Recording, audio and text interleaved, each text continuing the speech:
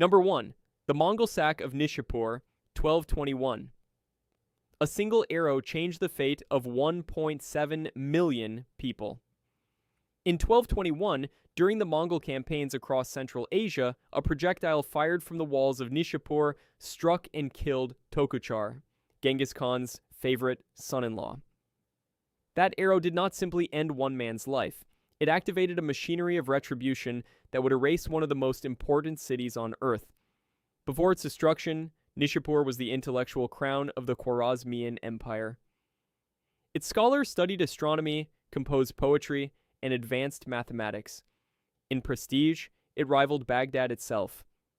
The city sat along the Silk Road, a nexus of commerce and knowledge that had flourished for centuries. It maintained a renowned house of knowledge. Its agricultural systems depended on qanats, sophisticated underground water channels engineered to sustain life in an arid landscape. In modern terms, think of qanats as a passive irrigation network running entirely on gravity, no pumps, no fuel, just centuries of careful engineering channeling snowmelt from distant mountains to city fields. Genghis Khan did not send just any general. He dispatched Tolui Khan, his youngest son, and one of his most ruthless commanders, with explicit instructions. This was not to be a conquest. It was to be an erasure. The siege apparatus assembled outside Nishapur's walls was staggering even by Mongol standards. Contemporary chronicles describe 3,000 mangonels and 3,000 crossbows deployed simultaneously. To put that in perspective, a single mangonel could hurl stones weighing up to 300 pounds. 3,000 of them firing in coordinated volleys would produce the kind of sustained bombardment that no medieval fortification could absorb for long. But the Mongols did not rely on engineering alone. They employed a tactic that had evolved across their previous campaigns, the use of human shields. Captives taken from previously conquered cities were forced to march ahead of Mongol troops, absorbing the defenders' arrows and wasting their ammunition. This was not improvisation, it was a refined logistical practice. Each campaign taught the Mongols something new about breaking walled cities, and by the time they reached Nishapur, they had accumulated decades of siege experience. The learning curve, from early Mongol raids on steppe settlements to the fall of major Khwarezmian cities, represents one of the fastest military evolutions in recorded history. Once the walls fell, what followed was systematic. Tolui's forces implemented what historians have called a decapitation protocol. Every corpse was beheaded, not as an act of battlefield frenzy, but to prevent survivors from playing dead. The bodies were then sorted. 3 pyramids of severed heads were constructed, one of men, one of women, one of children. These were not spontaneous monuments. They were architectural statements, terror made visible and geometrically precise. Princess Ebitai, Tokuchar's widow, was present throughout. She personally oversaw the final executions, serving as a witness to what the Mongol court considered completed justice. This detail matters because it reveals that the destruction of Nishapur was framed within Mongol culture not as war, but as a legal proceeding, vengeance administered according to protocol. The killing did not end with people. Mongol forces systematically destroyed the House of Knowledge. Scientific manuscripts, irrigation manuals, centuries of accumulated scholarship, all burned. Then the Mongols turned to infrastructure. They diverted the river to flow over the city's ruins, washing away the physical foundations. The qanat systems were deliberately collapsed. This was not collateral damage. It was environmental sabotage designed to make the land itself uninhabitable. The biological aftermath was predictable. Mass unburied corpses across the region almost certainly triggered localized plague outbreaks. The nearby city of Herat, upon hearing what had happened to Nishapur, surrendered immediately without resistance. The psychological cascade worked exactly as intended. Silk Road trade routes shifted permanently south, bypassing the ruined Khorasan region entirely. Now, the death toll of 1.7 million has generated significant scholarly debate. The mainstream position holds that Mongol violence was calculated strategic terror, designed not merely to punish Nishapur, but to minimize future resistance across the entire campaign. Historian David Morgan and others have argued that this was rational military policy operating at a civilizational scale. The archaeological and historical counter-argument, advanced by researchers like John Masson Smith Jr., suggests that the 1.7 million figure likely reflects regional refugee populations who had flooded into the city ahead of the Mongol advance. Nishapur's native population was probably far smaller. The inflated number in this reading is a demographic artifact in real suffering, exaggerated census. Then there is the fringe position. Some revisionist scholars argue that Mongol destruction has been systematically exaggerated by Persian chroniclers like Juvayni, who wrote under frameworks that interpreted the invasion as divine punishment. In this view, the chronicles served theological narratives, not demographic accuracy. What is not disputed is the outcome. The region did not recover to pre-1221 population levels for centuries, a demographic crater visible in the historical record like a scar in geological strata. Genghis Khan himself reportedly framed the destruction in philosophical terms. The quote attributed to him reads, "Ithantirds, I am the punishment of God. If you had not committed great sins, God would not have sent a punishment like me."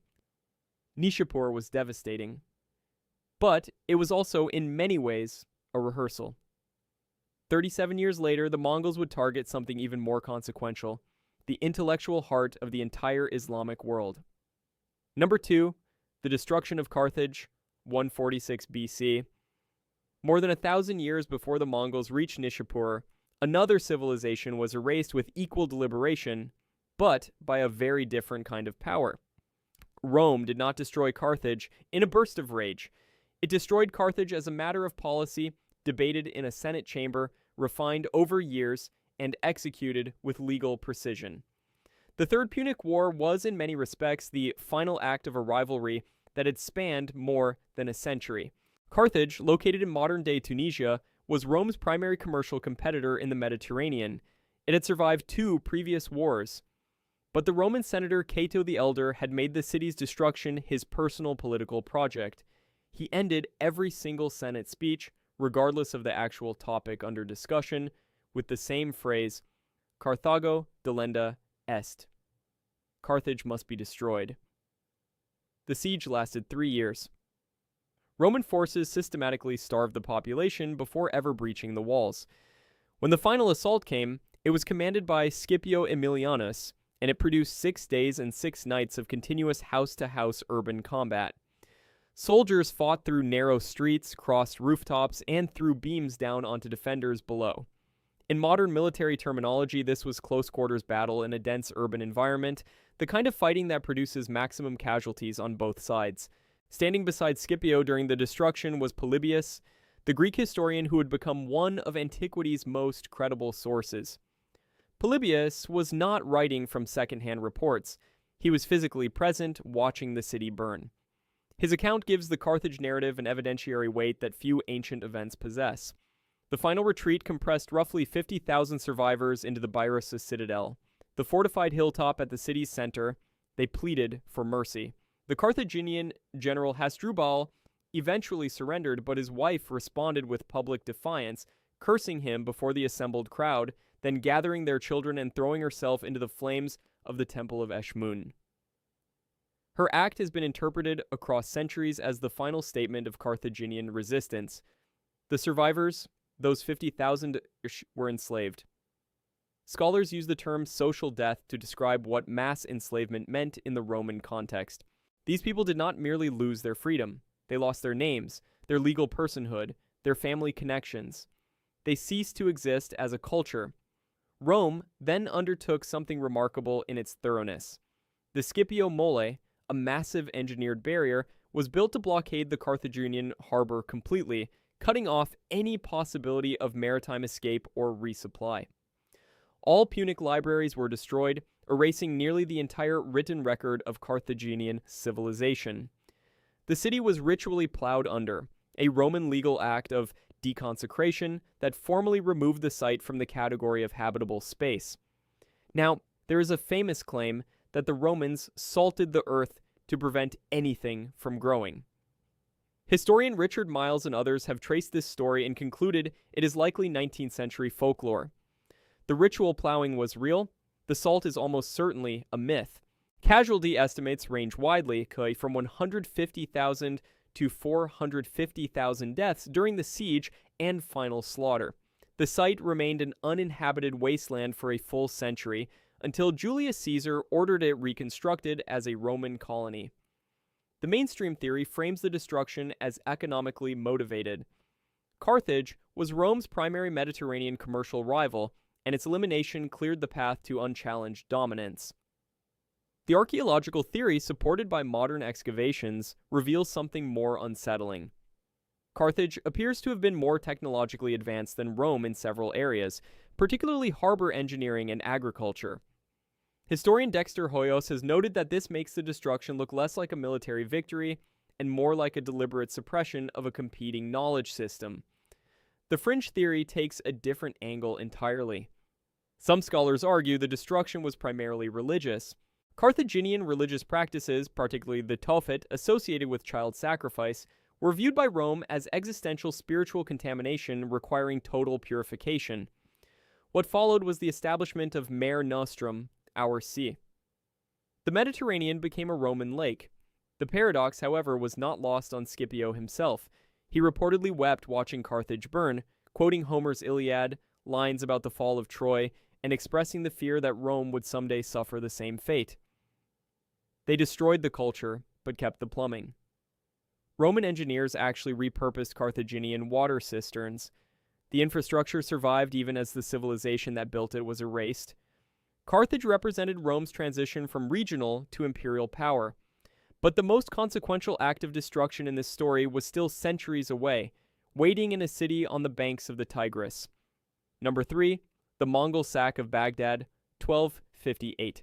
If Nishapur was the rehearsal, Baghdad was the performance. On a scale that dwarfed anything the Mongols had done before, Baghdad in 1258 was not merely a city. It was the spiritual and political center of the entire Islamic world, the seat of the Abbasid Caliphate, which had governed from there for 5 centuries. The House of Wisdom, located within its walls, was the largest library on earth. Its collection spanned medicine, astronomy, mathematics, philosophy, and engineering. Scholars working there had preserved and expanded Greek, Persian, and Indian knowledge during the centuries when much of Europe had lost access to those traditions. In modern terms, Baghdad was simultaneously the Vatican, the Library of Congress, and MIT, all in one city. Hulagu Khan, Genghis Khan's grandson, sent an ultimatum to Caliph al-Mustasim demanding surrender. The Caliph made a fatal miscalculation. He believed the broader Muslim world would unite to defend the caliphal seat. That unity never materialized. The evolutionary step here matters. By 1258, the Mongol military machine had incorporated technologies it did not possess during the Nishapur campaign. Chinese siege engineers now traveled with the army, bringing thunder crash bombs, primitive gunpowder weapons that gave the Mongols a technological edge no defender in the region had previously encountered. The siege lasted only 13 days. A city that had stood for 500 years fell in under 2 weeks. Once the walls were breached, Hulagu permitted 1 full week of unrestrained killing. Death toll estimates range from 800,000 to 2 million. The destruction of the House of Wisdom remains one of the most frequently cited acts of cultural annihilation in human history. Its contents, manuscripts representing centuries of accumulated scientific and philosophical work, were emptied into the Tigris River. Contemporary chroniclers recorded that the river ran black with dissolved ink and red with the blood of scholars simultaneously. Whether this image is literal or literary has been debated. But the destruction itself is not in question. The caliph's execution followed Mongol custom with precise ritual logic. Because Mongol tradition held a taboo against shedding royal blood on the ground, al-Mustasim was wrapped in a rug and trampled to death by horses. The method was not mercy. It was protocol. A circumvallation wall had been built around the entire city before the assault, preventing any escape. The city became a prison before it became a graveyard. The stench from decomposing corpses grew so intense that the Mongol forces themselves had to relocate their camp upwind. The Mesopotamian canal system, a sophisticated irrigation infrastructure that had sustained agriculture for millennia, was destroyed. Iraq's population and agricultural productivity did not recover until the 20th century. That is a 700-year demographic depression. One detail complicates the narrative of total annihilation. Hulagu's wife, Dokuz Khatun, was a Nestorian Christian. Her influence led to the sparing of some Christian inhabitants. Sectarian selection operated even within the slaughter. The mainstream theory, advanced by historians like John Andrew Boyle, holds that Baghdad's fall was the definitive end of the Islamic Golden Age. Intellectual leadership shifted first to Mamluk Cairo and eventually to Ottoman Istanbul. The archaeological and historical counter-argument raised by researchers such as George Saliba suggests the knowledge loss has been overstated. Many manuscripts had already been copied to libraries in Cairo, Cordoba, and Damascus. The destruction was devastating, but not total. The fringe position goes further. Some researchers argue that the ink in the Tigris account is literary metaphor from later chroniclers, and that significant portions of the House of Wisdom's collection had been dispersed or degraded well before 1258. The Grand Mosque and all administrative palaces burned to the ground.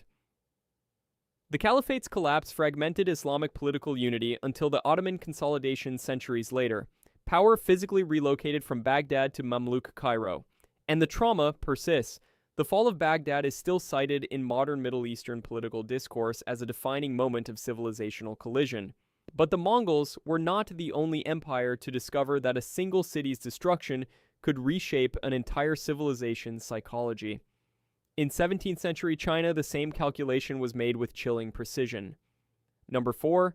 The Yangzhou Massacre, 1645. The Ming-Qing transition was one of the largest political upheavals in world history. The Manchu-Qing dynasty was conquering China, a civilization of roughly 150 million people. The question was not whether force would be used. The question was how much force would be needed to break the will of an entire nation. Yangzhou provided the answer. Yangzhou was a wealthy salt trading hub and a center of Ming loyalist resistance.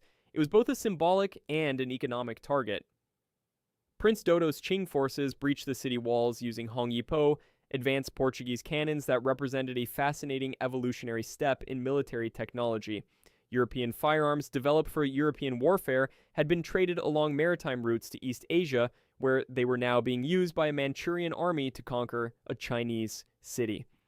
The globalization of military technology was already well underway by the 17th century. The decision that followed was deliberate. Yangzhou was selected as a terror example, a demonstration so extreme that southern China's remaining resistance would collapse without further major battles. Qing soldiers were given total license for 10 consecutive days, 10 days of unrestricted killing, rape, and looting. Contemporary chroniclers recorded approximately 800,000 deaths. The methods were systematic. Victims were tied together in groups of 5 or 10, a practice known as bundling, and led to execution sites for efficient processing. Massive fires were set to flush survivors from sewers, rafters, and hidden cellars. The scholar official class, the Confucian-educated elite who formed the administrative backbone of Chinese governance, was almost entirely eliminated. This was deliberate intellectual decapitation.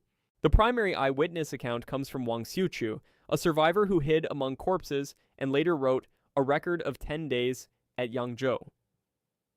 His text documents scenes that stretch the limits of comprehension. Mothers killing their own children to spare them from what Qing soldiers would do. Buddhist monks tasked afterward with burning the bodies, the smoke reportedly blocking out the sun for days. The massacre was reinforced by a cultural mandate. The Q order required all Chinese men to adopt the Manchu hairstyle, shaved forehead with a long braided Q at the back. The phrase was direct, lose your hair or lose your head. This was submission made visible on every body. The salt trade, vital to China's entire economy, was paralyzed for years. The economic disruption rippled outward from Yangzhou across the whole country. The mainstream theory holds that the massacre worked exactly as intended. It was a calculated policy of terror that successfully accelerated the conquest of southern China by breaking organized resistance. Historian Lynn Struve has documented how the psychological impact radiated far beyond Yangzhou itself. The historical counter-argument advanced by demographers suggests Wang Xiuqiu's death toll of 800,000 is likely inflated. The city probably could not have held that many people. More realistic estimates place the figure between 200,000 and 300,000. The fringe position is more provocative. Some Qing revisionist historians argued the massacre was fabricated or exaggerated by anti-Manchu propagandists. The Qing government itself banned Wang Xiuqiu's account for over 200 years. That censorship succeeded until the 19th century, when the text was rediscovered. Its reemergence had immediate political consequences. The account became a primary driver for anti-Qing revolutionary movements and directly influenced the revolution of 1911 that finally toppled the dynasty. The template was clear. a single city's annihilation used to govern 150 million people through the memory of fear. But what happens when a state turns that same logic inward, not against a foreign population, but against its own people? Number 5. The Holodomor, 1932 to 1933. Every massacre discussed so far involved armies, siege engines, swords, or fire. The Holodomor involved none of these. There were no soldiers storming walls, no catapults, no burning cities. Instead, there were quotas, requisition orders, internal passports, and blacklists. The Holodomor demonstrated that a modern bureaucratic state could kill millions of people using nothing more than paperwork. The word itself encodes the method. Mariti Holodom translates from Ukrainian as to kill by starvation. The intentionality is built into the language. Joseph Stalin's forced collectivization program, launched under the first 5-year plan, sought to industrialize the Soviet Union at breakneck speed. Ukraine, with the most fertile agricultural land in Europe, historically known as the breadbasket, was central to the plan. But collectivization also served a dual political purpose: crushing the kulak class, which Stalin defined as wealthy peasants resisting Soviet authority, and simultaneously suppressing Ukrainian nationalist sentiment. Moscow set grain quotas for Ukrainian villages that were mathematically impossible to meet. When villages failed, as they inevitably did, the punishment was not proportional. All food was confiscated, not just the shortfall. Everything. The law of 5 years made it a capital offense for anyone, including children, to take even a handful of grain from collective fields. The sentence was execution or 10 years of imprisonment. The internal passport system completed the trap. Peasants were physically forbidden from leaving their villages to seek food in cities. This was not a siege in the medieval sense. It was an administrative blockade, a cage built from regulations rather than walls. Entire villages were blacklisted, meaning all trade and external supplies were cut off as collective punishment for alleged sabotage. The death toll is estimated at approximately 3.9 million, though some researchers place it as high as 7 million. During the spring of 1933, when starvation reached its peak, documented cases of cannibalism appeared across the Ukrainian countryside. The grotesque paradox at the center of the Holodomor is this: while Ukrainians starved to death, the Soviet Union continued exporting millions of tons of Ukrainian grain to Western nations. The grain was sold to fund the purchase of industrial machinery. People died so that factories could be built. The demographic engineering went further. Emptied Ukrainian villages were systematically repopulated with ethnic Russians, permanently altering the region's ethnic composition. The GPU, the predecessor to the NKVD, cordoned off the borders of the Ukrainian Soviet Socialist Republic in what historians call the Iron Ring, preventing escape and preventing information from reaching the outside world. The information war is itself a critical part of the story. Walter Duranty, the Moscow correspondent for the New York Times, actively denied the famine was occurring. He won a Pulitzer Prize for his coverage of the Soviet Union during this period. Meanwhile, Welsh journalist Gareth Jones risked his life traveling into the affected areas and reported the truth, to largely deaf ears. The famine was accompanied by a simultaneous purge of Ukrainian intellectuals, writers, clergy, and cultural leaders.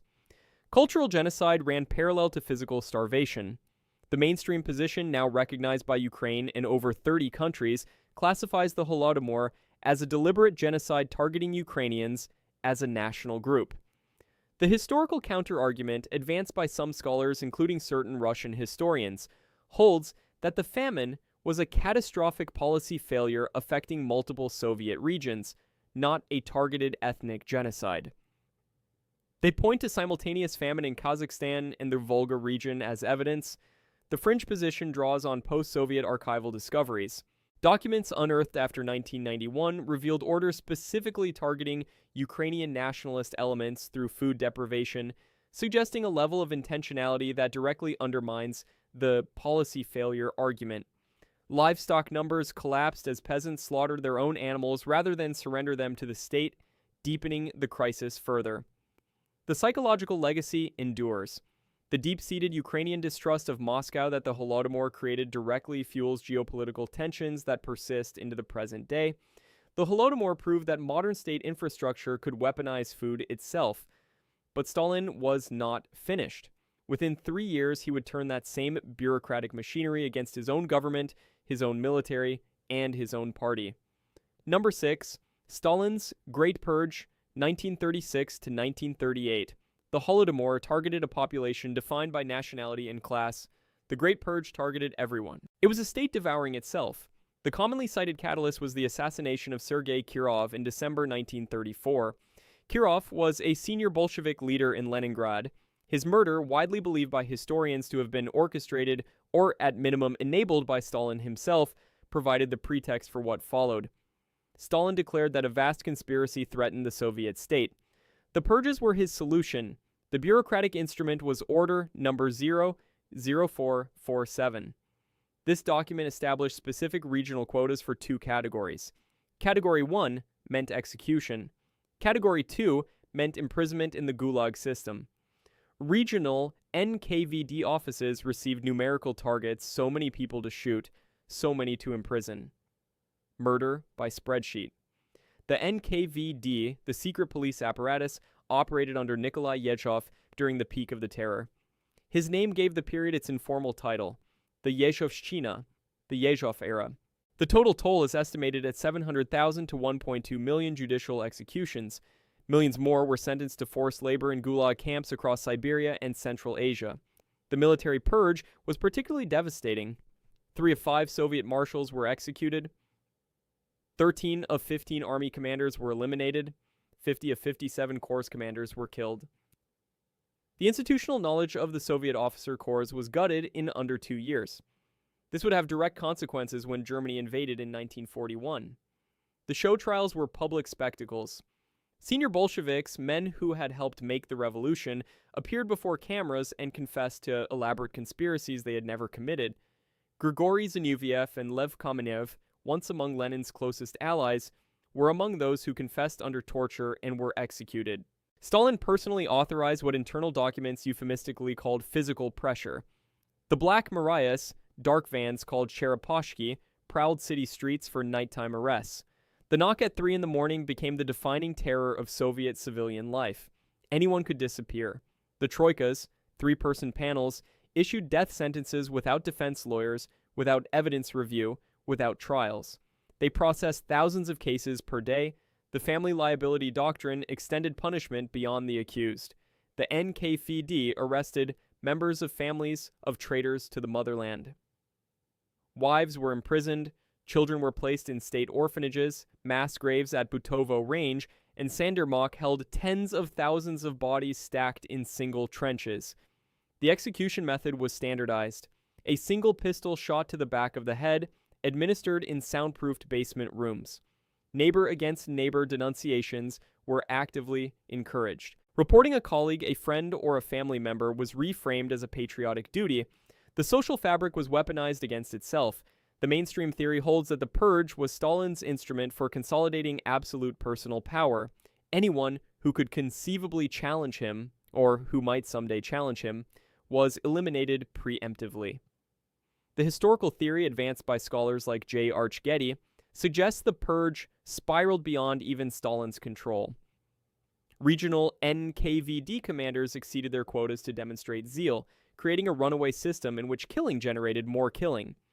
The fringe position argues that Stalin genuinely believed in a vast conspiracy network, and that the purge, while catastrophic, reflected authentic, if deeply paranoid, security concerns about internal enemies. The final act of the cycle consumed its own executioners. Yachiev himself was arrested in 1939, tortured, and shot in 1940. He was replaced by Lavrenti Beria, who would eventually suffer the same fate after Stalin's death. The direct military consequence was catastrophic. Historian Roger Rees has documented how the gutting of the officer corps is widely cited as the primary reason for the Red Army's disastrous early performance during Operation Barbarossa. Stalin's effort to protect the state from imaginary enemies had left it defenseless against a real one. Nikita Khrushchev's 1956 secret speech officially denounced the purges. But the full scope of the killing was not acknowledged until the Soviet archives opened in the 1990s. While Stalin dismantled his own state from within, another horror was unfolding simultaneously on the other side of the Asian continent, in a city on the Yangtze River. Number 7, the Nanjing Massacre, 1937. On December 13, 1937, Japanese imperial forces entered Nanjing, the capital of the Republic of China. What followed was a 6-week campaign of mass murder, sexual violence, and systematic arson that ranks among the most extensively documented atrocities of the 20th century. The death toll, according to China's official estimate, is 300,000. Western historians generally accept a range between 200,000 and 300,000. The killing was not abstract, it was granular, intimate, and in some cases competitive. 2 Japanese officers, Tsuyoshi Mukai and Toshiaki Noda, engaged in a contest to be the first to kill 100 people with a sword. Japanese newspapers covered the competition as a sporting event, publishing running tallies. An estimated 20,000 to 80,000 women were raped. This was not individual criminality. Military historians have documented it as systematic policy, sexual violence deployed as an instrument of terror and domination. Prisoners of war were used for live bayonet practice. Others were doused in kerosene and set on fire. Multiple foreign witnesses documented these acts directly. One of the most extraordinary figures to emerge from the massacre was John Rabe, a German businessman and, notably, a member of the Nazi Party. Rabe organized the Nanking Safety Zone, along with other foreign residents, a designated area that ultimately sheltered and saved roughly 200,000 civilian lives. His diaries remain a critical primary source. The moral complexity is impossible to ignore. A man who belonged to one of history's most destructive political movements personally saving hundreds of thousands from another empire's brutality. 1/3 of the city was destroyed by intentional arson, demolition far beyond any conceivable military necessity. Thousands of bodies were dumped into the Yangtze River, clogging the banks for miles downstream. Minnie Vautrin, an American missionary, kept diaries that documented the terror inside Ginling Women's College, where she sheltered thousands of women and girls. Her daily entries provide one of the most detailed records of the atrocity's impact on civilians. Vautrin later took her own life, unable to recover from what she had witnessed. Japanese High Command's strategic logic was explicit. Such brutality, they calculated, would break the Chinese will to fight. This calculation proved catastrophically wrong. The massacre galvanized Chinese resistance. It helped unify the previously hostile Kuomintang and communist forces into a more coordinated opposition. Internationally, eyewitness accounts and smuggled film footage shifted global opinion, especially in the United States, decisively against Imperial Japan. Early documentary film smuggled out by foreign observers provided undeniable visual proof. Nanjing became one of the first atrocities in history captured on camera. Japanese propaganda initially attempted to portray the fall of Nanjing as a joyful liberation. The evidence made that narrative impossible to sustain. After the war, the Nanjing War Crimes Tribunal sentenced several key commanders, including General Hisao Tani, to death.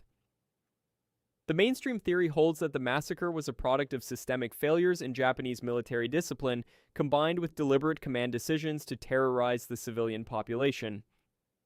The historical theory advanced by some military historians argues that the scale of killing resulted partly from logistical panic. Japanese forces lacked the resources to house prisoners of war and chose execution over the burden of feeding and guarding them. The fringe revisionist position maintained by Japanese nationalist groups claims the death toll was dramatically inflated and that most killings were legitimate combat casualties. This position has been rejected by the international scholarly consensus, but persists in some Japanese textbook controversies. The Memorial Hall of the Victims in Nanjing now serves as a national monument, with the figure 300,000 engraved into its walls. Historical revisionism around the massacre remains a major source of diplomatic tension between Japan and China to this day. Nanjing demonstrated that atrocity on camera changes the political landscape. But what happens when the world watches a genocide unfold in real time and still does nothing? Number 8. The Rwandan Genocide, 1994. From April 7th to mid-July of 1994, 100 days, approximately 800,000 to 1 million Tutsis and moderate Hutus were killed in Rwanda. The killing rate exceeded the daily throughput of Nazi gas chambers at Auschwitz, and it was accomplished primarily with machetes. The trigger was the shooting down of President Habyarimana's plane on April 6th, but the genocide was not spontaneous. It activated a pre-planned extermination campaign that had been organized for months.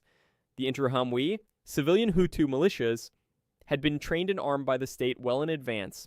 The weapon of choice was the machete. These were imported in bulk from China in the months leading up to the genocide, disguised as agricultural supply orders, an arms deal hidden inside a farming invoice. Radio militants known as RTLM broadcast hate speech calling Tutsis inyenzi, cockroaches.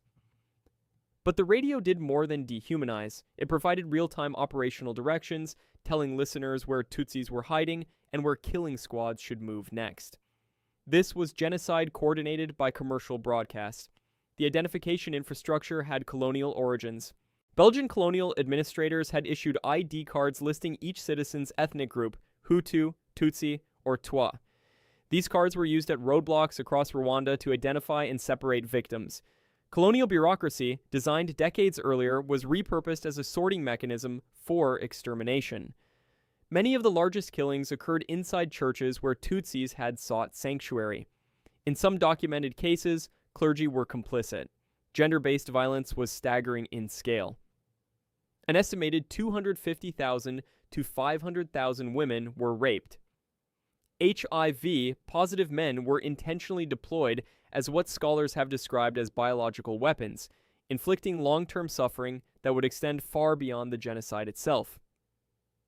The United Nations Peacekeeping Force, UNAMIR, was present in Rwanda under General Romeo Dallaire. Dallaire had sent explicit cables to UN headquarters warning that genocide was imminent. Those warnings were ignored. His force was explicitly prohibited from intervening due to its limited mandate. The United States government deliberately avoided using the word genocide in official statements. The reason was legal. Under the 1948 Genocide Convention, using that word would trigger an obligation to act. The shadow of Somalia hung over every policy discussion. The Black Hawk Down disaster in Mogadishu in October 1993, just 6 months earlier, had created political paralysis in Washington regarding any African military intervention. The genocide ended not through international action, but through military victory. The Tutsi-led Rwandan Patriotic Front under Paul Kagame seized the country by force. The environmental aftermath was severe. Massive numbers of bodies dumped in the Akagera River flowed into Lake Victoria, creating a public health emergency in neighboring Uganda. Post-genocide demographics told a stark story.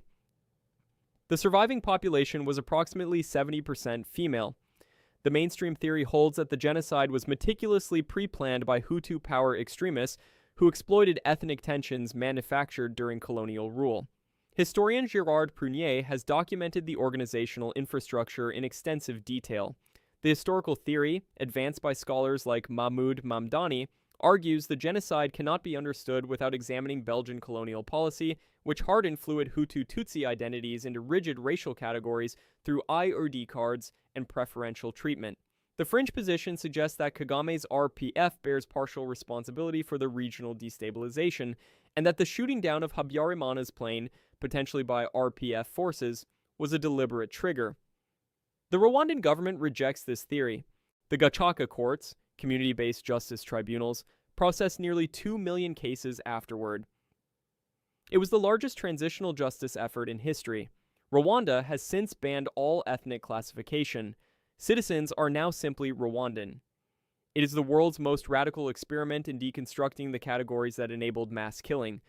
Rwanda's speed was unprecedented, but another genocide, slower, more ideological, and even more thorough in its ambitions, had already demonstrated what happens when a state tries to restart civilization from scratch. Number 9. The Cambodian Killing Fields, 1975 to 1979.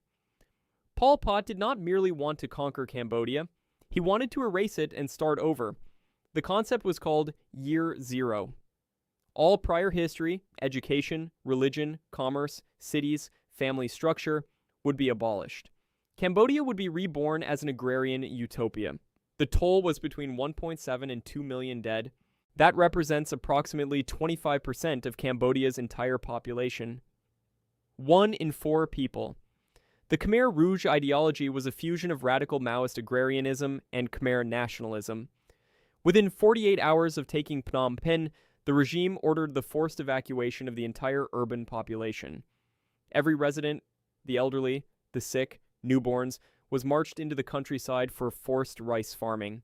The city was emptied at gunpoint. The target categories were defined by the regime's concept of ideological purity. New people, city dwellers, were inherently suspect. Intellectuals, doctors, teachers, monks, and anyone who wore glasses were marked for elimination. Eyeglasses were treated as evidence of literacy, and literacy was evidence of subversion. The evolutionary logic was chilling in its simplicity. The regime defined knowledge itself as the enemy. The S-21 prison, formerly the Tuol Sleng High School, was converted into a torture and execution center. Of approximately 20,000 people who entered, only 12 survived. Execution methods were designed to conserve ammunition. Victims were clubbed with shovels and hoe handles or killed with sharpened bamboo sticks. At Chewing Ek, the most notorious of the killing fields, a tree was used to batter infants to death. The justification recorded by the regime, preventing them from growing up and taking revenge. Children were not only victims, they were weaponized. Child soldiers were systematically brainwashed to monitor, report on, and even execute their own parents. The Ankar, the organization, demanded absolute obedience, constant self-criticism sessions, and total surrender of individual identity. The regime abolished money, schools, private property, religious practice, and family structure. It was the most radical social experiment in modern history, yet most deaths resulted not from direct execution, but from exhaustion, malaria, and malnutrition in forced labor camps. The killing was industrial in scale, but pre-industrial in method. The blue scarf designation marked people from the Eastern Zone for mass execution during internal purges, the revolution consuming its own. The mainstream theory holds that the killing fields resulted from a totalitarian ideology taken to its logical extreme, combined with Pol Pot's personal paranoia and the regime's total isolation from international norms. The historical theory emphasizes preconditions. Historian Ben Kernan has documented how the American bombing campaign of Cambodia between 1969 and 1973, which killed an estimated 100,000 to 150,000 civilians, destabilized the country and radicalized the rural population. This created the conditions for the Khmer Rouge's rise. The fringe position argues the Khmer Rouge was never truly Maoist, but rather an ultra-nationalist Khmer supremacist movement using communist vocabulary as camouflage. Their purges of Vietnamese Cambodians and Cham Muslims suggest ethnic cleansing masked as ideological purity. The Vietnamese invasion in 1979 finally toppled the regime after Khmer Rouge border provocations, and then came one of the Cold War's most cynical maneuvers. After 1979, the United States supported the Khmer Rouge's continued seat at the United Nations, using a genocidal regime as a geopolitical counter to Vietnamese and Soviet influence. The extraordinary chambers in the courts of Cambodia, the ECCC, did not convict senior leaders like Khieu Samphan until the 2010s. Decades of delayed justice. An entire generation of educated professionals had been eliminated. Cambodia had almost no doctors, teachers, or engineers left. The country remains one of the most heavily mined nations on Earth. The physical landscape still carries the scars. Each genocide discussed so far shares identifiable structural features. But one event forced humanity to create an entirely new word to describe what had happened. Number 10. The Holocaust, 1941 to 1945. The Holocaust was state-sponsored, industrial-scale genocide. 6 million Jews and 11 million total victims, including Romani people, disabled persons, LGBTQ plus individuals, political prisoners, and Soviet prisoners of war, were systematically murdered by Nazi Germany and its collaborators. What distinguishes the Holocaust in the historical record is not only scale, but method. This was killing organized with the tools of modern industrial management: railways, timetables, chemical engineering, corporate supply chains, and bureaucratic record-keeping.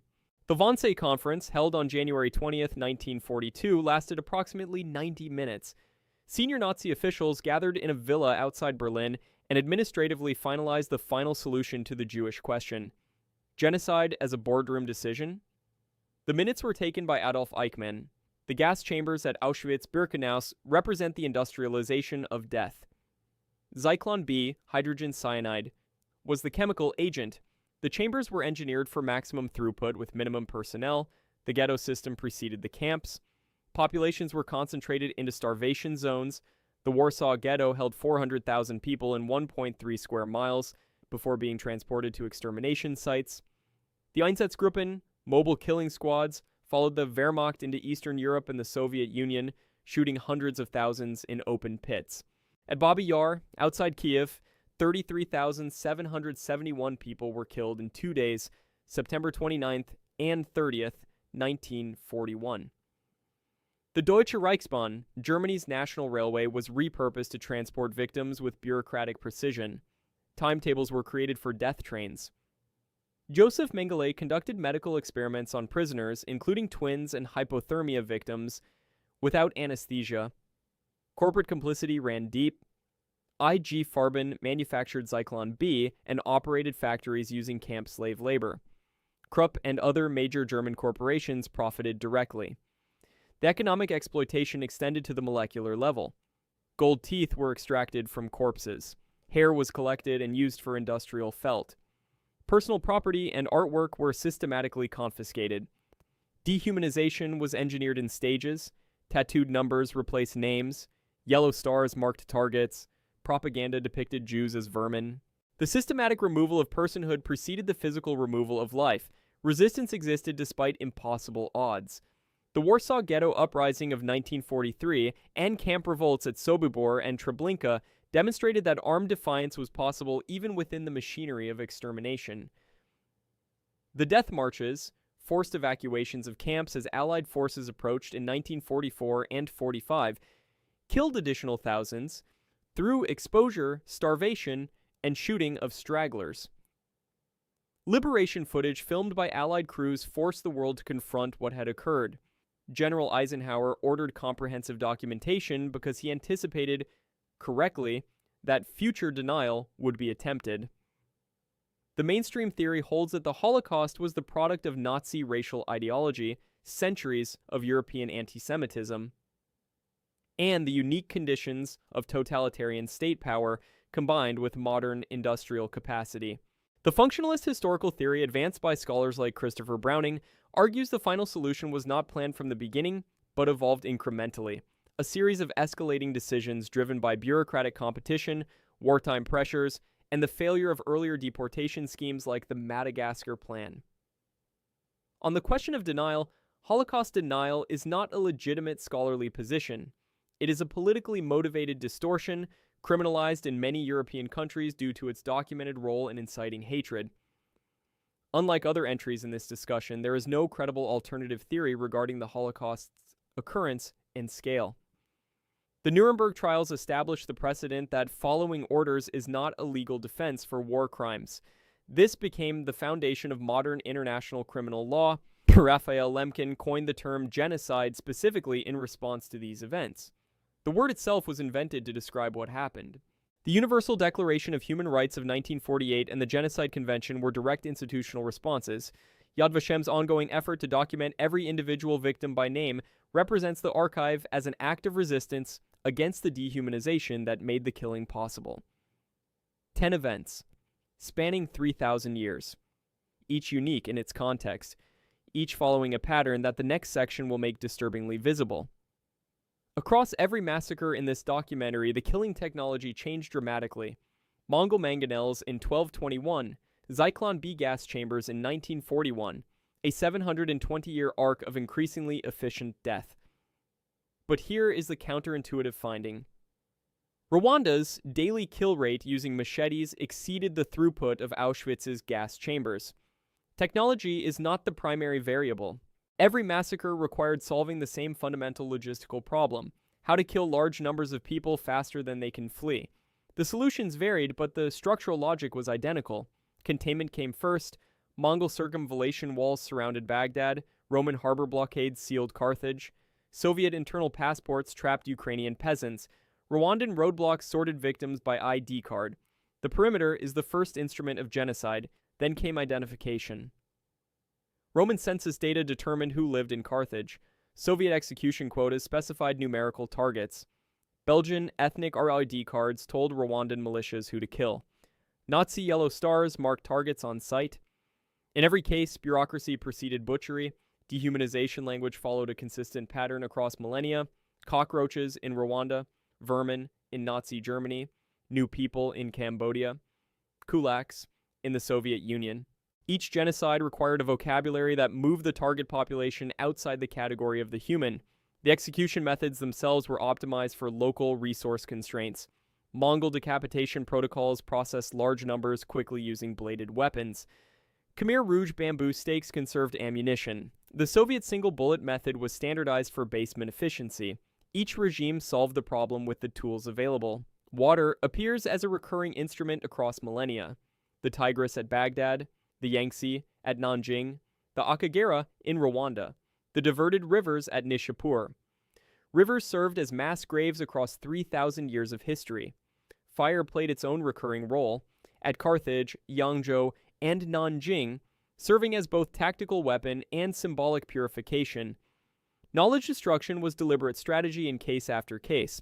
The House of Knowledge at Nishapur, the House of Wisdom at Baghdad, Punic libraries at Carthage, Ukrainian intellectuals during the Holodomor, Cambodia's entire educated class. When the witnesses and their writings become the target, the evidence itself becomes the casualty. The terror example pattern recurs with remarkable consistency. Nishapur caused Herat's immediate surrender. Yangzhou broke southern China's resistance. Nanjing was intended to break the Chinese will to fight, though it produced the opposite effect. Agricultural sabotage functioned as a long-term weapon. Mongol qanat destruction, Mesopotamian canal demolition, Ukrainian collectivization, Cambodian forced farming. And in every case, a demographic crater followed, lasting centuries in Nishapur, 700 years in Iraq, a full generation in Cambodia and Rwanda. The mainstream position cautions that each massacre represents unique historical circumstances and that comparative analysis risks false equivalence. The structural theory, advanced by genocide scholars like Gregory Stanton, argues that identifiable preconditions, dehumanization, monopoly of force, perceived existential threat, recur predictably across all cases. The fringe position goes furthest. Some comparative genocide scholars argue that the capacity for organized mass killing is not aberrant, but a fundamental feature of state formation itself. The architecture is identifiable. But it would mean nothing without the people who documented it. Everything we know about these events depends on individuals who chose to record what they saw, often at extraordinary personal risk. Atta Malik Juvaini, the Persian historian whose account of the Mongol conquest is the primary source for Nishapur, wrote under Mongol patronage. His access was unparalleled. But the patronage raises questions of bias. Did he exaggerate to flatter his patron's power, or did he minimize to avoid offending them? Scholars continue to debate the answer. Polybius stood physically beside Scipio during the destruction of Carthage. His account is one of the most direct eyewitness testimonies in ancient history. Its credibility is reinforced by the fact that Polybius was not a Roman propagandist but a Greek hostage. His perspective carried the complexity of an outsider with inside access.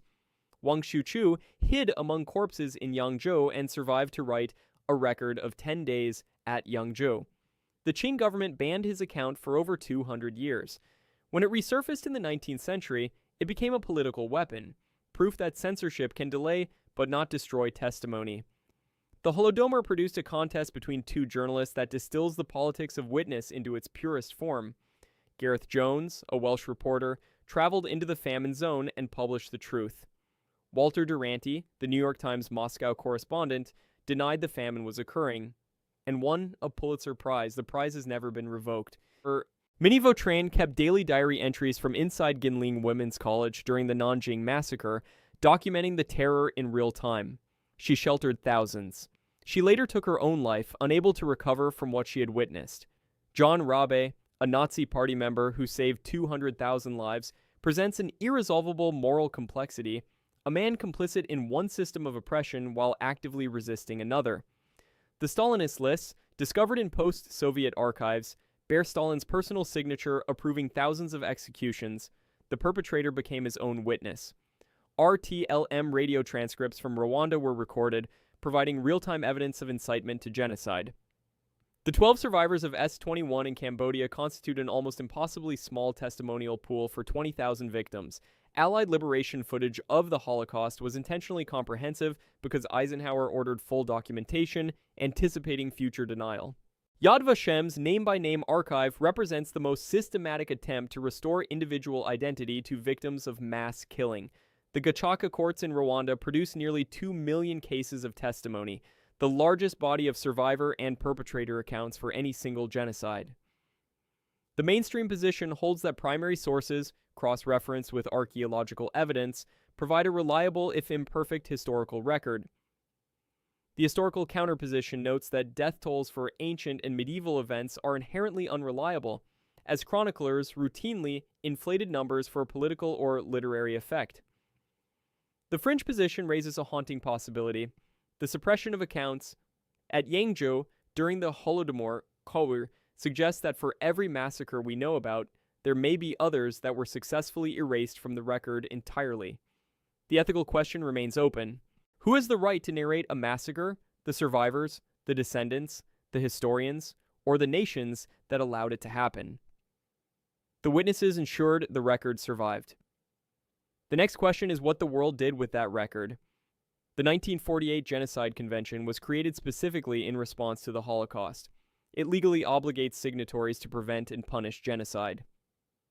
It has been invoked almost never. Rwanda in 1994 offers the clearest case study. The United States State Department instructed officials to avoid the word genocide, specifically to avoid triggering the convention's intervention obligations. General Dallaire's warnings were ignored by UN headquarters. The Black Hawk Down incident of October 1993 had created political paralysis just 6 months before Rwanda's genocide began. Cambodia presents a different kind of failure. After the Vietnamese invasion toppled the Khmer Rouge in 1979, the regime's delegation held Cambodia's UN seat until 1982, supported by the United States, China, and the United Kingdom to counter Vietnamese influence. Geopolitics overrode human rights explicitly and on the record. The Holodomor was covered up with active Western cooperation. Governments accepted Soviet denials partly because they needed Soviet cooperation during the 1930s. At Nanjing, international witnesses documented everything. No nation intervened militarily. The atrocity influenced opinion but did not produce action. During the Holocaust, the Allies had intelligence about the death camps by 1942. They did not bomb the rail lines to Auschwitz. That decision is still debated by historians. For the ancient and medieval events, Nishapur, Baghdad, Carthage, no concept of intervention existed. Mass killing was an accepted instrument of statecraft. The vocabulary of humanitarian obligation had not yet been invented. The mainstream theory holds that international intervention fails because states act on strategic interests, not moral obligation. The convention is aspirational, not operational. The historical theory argues that the concept of humanitarian intervention is itself a post-World War II invention that has been selectively applied based on geopolitical convenience. Kosovo, yes. Rwanda, no. The fringe theory goes further. Some political theorists argue that the intervention framework is inherently imperial. Powerful states use humanitarianism as cover for strategic objectives, making the system incapable of genuine prevention. The never again paradox runs through this entire documentary. The phrase has been repeated after every genocide. Each subsequent genocide occurred despite the previous one's lessons. The information problem is solved. From Nanjing onward, the world has known about atrocities in real time. The bottleneck is political will, not awareness. The sovereignty shield remains firmly in place. States invoke national sovereignty to block intervention, and the international system respects this barrier even during active genocide. The UN Security Council veto means any permanent member can block action, and geopolitical alliances determine which atrocities receive a response and which do not. The responsibility to protect doctrine, CHIR R2PE, was adopted in 2005 as the most recent attempt to close the gap between knowledge and action. The media factor has been tested and found wanting. The CNN effect theory suggests that graphic coverage can force intervention. Rwanda had coverage. No intervention followed. The cost calculation is brutally simple. Intervention requires military commitment, political risk, and financial expenditure. Inaction costs nothing in the short term. After 3,000 years of documented massacres, humanity possesses the legal frameworks, the information systems, and the military capacity to intervene. What is still missing? These events are not history in the sense of being complete and sealed. They are active forces shaping present-day geopolitics, demographics, and cultural memory. Iraq's agricultural productivity, destroyed by the Mongols in 1258 when the Mesopotamian canal system was demolished, was not fully restored until the 20th century, a 700-year recovery. Ukraine-Russia tensions draw directly on the Holodomor. The famine is explicitly cited in modern Ukrainian political discourse as foundational evidence of Russian imperial intent. Japan-China relations remain strained by Nanjing textbook controversies, with the massacre's interpretation actively contested at the state level. Rwanda's post-genocide ban on ethnic classification is the world's most radical attempt to deconstruct the categories that enabled mass killing. Cambodia's missing generation, the elimination of educated professionals, created a developmental gap the country is still recovering from over 40 years later. The Silk Road's geography shifted south after Nishapur's destruction in 1221 and never fully returned. Modern Central Asian economics still reflect this medieval disruption. International criminal law evolved directly from these events. From Nuremberg to the International Criminal Tribunal for Rwanda to the Extraordinary Chambers in Cambodia, each massacre generated new legal precedents and institutions. The word genocide itself, coined by Raphael Lemkin, is now the most powerful legal and moral term in international relations. It did not exist before the Holocaust required its invention. Demographic craters persist across the map. Nishapur took centuries to recover. Iraq took 700 years. Cambodia lost a generation. Rwanda's post-genocide population was 70% female. The Mediterranean's political geography was shaped by Carthage's destruction. The Islamic world's political fragmentation traces partly to Baghdad's fall in 1258. Stalin's purge by decimating the Soviet officer corps directly contributed to catastrophic early losses against Nazi Germany in 1941. One massacre enabling another. The mainstream theory holds that historical massacres create path dependencies constraining political and economic development for generations. The historical counter-argument suggests the long shadow is often overstated. Societies demonstrate remarkable resilience, and modern conditions are the primary drivers of current conflicts, not ancient traumas. The fringe theory ventures into biology. Some researchers argue that collective trauma is transmitted epigenetically across generations, meaning biological descendants of massacre survivors carry measurable physiological markers of their ancestors' suffering. Rachel Yehuda's research on cortisol levels in children of Holocaust survivors is the most frequently cited study in this emerging field. Every memorial, Yad Vashem, the Nanjing Memorial Hall, Tuol Sleng, the Holodomor Museum, represents an institutional commitment to remembrance that is itself a political act. The archive as resistance. The fundamental continuity across 3,000 years is this. The capacity for organized mass killing has not diminished. Only the tools, the justifications, and the scale of documentation have changed.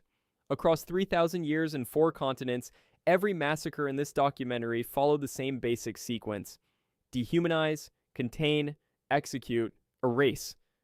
The technology changed, mangonels gave way to gas chambers. Swords gave way to machetes, machetes gave way to grain quotas, but the logic remained constant.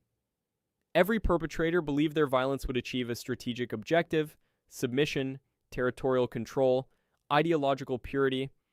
In most cases, the violence produced the opposite of its intended effect or consequences far beyond what anyone anticipated. The legal and institutional responses, Nuremberg, the Genocide Convention, the responsibility to protect Oberdensenkaiser, represent humanity's attempt to interrupt the pattern. The historical record shows these institutions slow the pattern. They have not yet broken it. The witnesses, Polybius, Wang Xiuqiu, Gareth Jones, Minnie Vautrin, the 12 survivors of S-21, ensured the record survived even when the civilizations did not. Knowledge of atrocity has never been the missing variable. From Nanjing onward, the world watched in real time. What remains unresolved is the gap between knowing and acting, the distance between documentation and prevention. The fundamental forces at work are not technological but human. The capacity for organized cruelty exists alongside the capacity for organized resistance and remembrance. Every memorial, every archive, every tribunal represents the countervailing force, the insistence that erasure will not be the final word.